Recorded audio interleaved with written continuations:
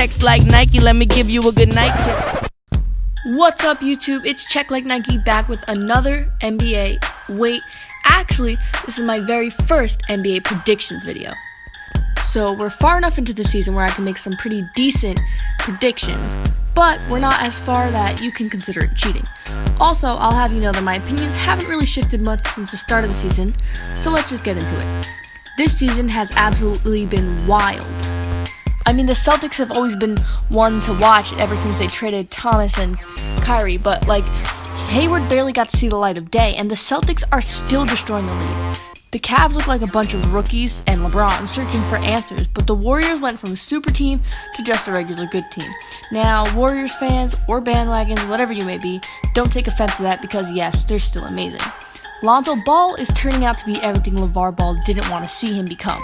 Besides his youngest triple-double achievement, he's turning out to be mostly a bust. I mean, all of his percentages are far away from even being close to 50%. Sure, his assists and rebounds are pretty good, I guess, but we want to see him be a shooter for the Lakers. And LeVar just might be a little too caught up in his beef with our president. Raptors fans, if I haven't said so before, you're lucky that the NBA has a Canadian team. So if you've seen just about any of my previous videos, you must know that I'm a pretty big Timberwolves fan and an even bigger Zach LaVine fan. But he's injured and the T-Wolves aren't in many of my predictions, so if you're sick of hearing about them, don't worry, keep watching. And if you do want to hear about them, I'll throw them in there, so again, keep watching. Now, it's hard to pick my favorite players these days that extend beyond LaVine, but I do have a favorite rookie, as I have a favorite guy in every class. And if you've watched any other videos, you may know that that's also Jayson Tatum. This kid's a beast, and he's been a monster ever since he caught my eyes as a high school junior. So the time has finally come where I get to see him dominate now in the league. He's not in college and he's not in high school. He's on the Boston Celtics, which means he's on one of the best teams right now. The Celtics are hot with their 16-game winning streak that actually just ended in their game against Miami. But the Boston Celtics, here it is. My Rookie of the Year award is going to have to go to Tatum. I mean, if you look at his stats this season, you can see why, and it's only up from here. Kyrie's not stealing his shine, but instead shining his own light on him. 14.2 points per game for the rookie isn't so shabby, but if I had to pick a second guess, I'd probably go with the lefty shooter out in Philadelphia, who's averaging 18.5 points per game. Ben Simmons is a beast too, no doubt, and his long-awaited rookie season is not disappointing us. However, he's the team leader and he's on a losing team, which brings me back to Tatum. Not the leader, but he's still averaging great numbers, getting buckets and getting dubs. That's Rookie of the Year material. Scoring isn't all there is though, but Tatum's got 5.9 rebounds per game and only 1.5 assists per game, which could always change. Even though I'm riding with Tatum, I will mention Lonzo's 7.1 assists per game and 7.4 rebounds per game. But again, his point per game is still in the single digits as a mere 9. So Jayson Tatum has my vote. As for the championship, Tatum might be enjoying a little more than just the Rookie of the Year trophy with a ring on his finger. Now, if you see my thumbnail, you can probably guess who I gave the championship to. And you may think I'm crazy for thinking the Celtics will take the Cavs in the playoffs and then further take most likely the Warriors in the finals, but yes, that's my prediction. Celtics versus Warriors in the finals, and perhaps this game 6 or 7 victory for our Eastern champs, the Boston Celtics.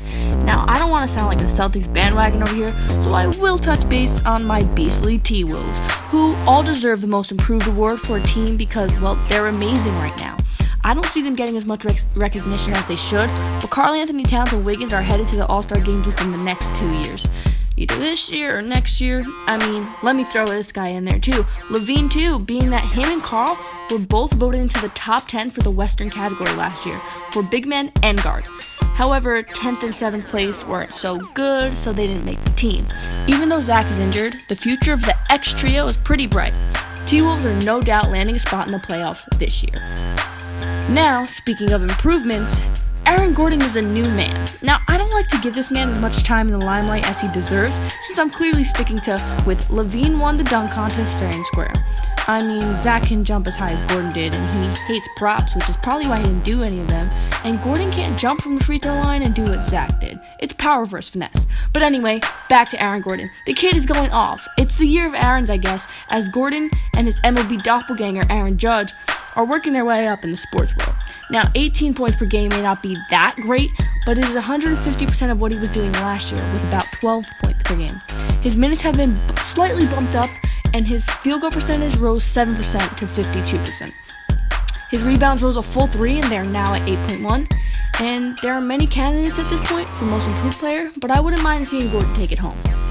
And my favorite, boy oh boy, the MVP. God, I called Russ last year before the season even started, as many probably did, being that, the snake ditched him. But whatever. Now I want to see Giannis Antetokounmpo win it. The guy came up quick. He was a 15th pick. I mean, that's lower than Kobe at 13th. Oh yeah, and Zach and Devin were 13th pick too. Who knew?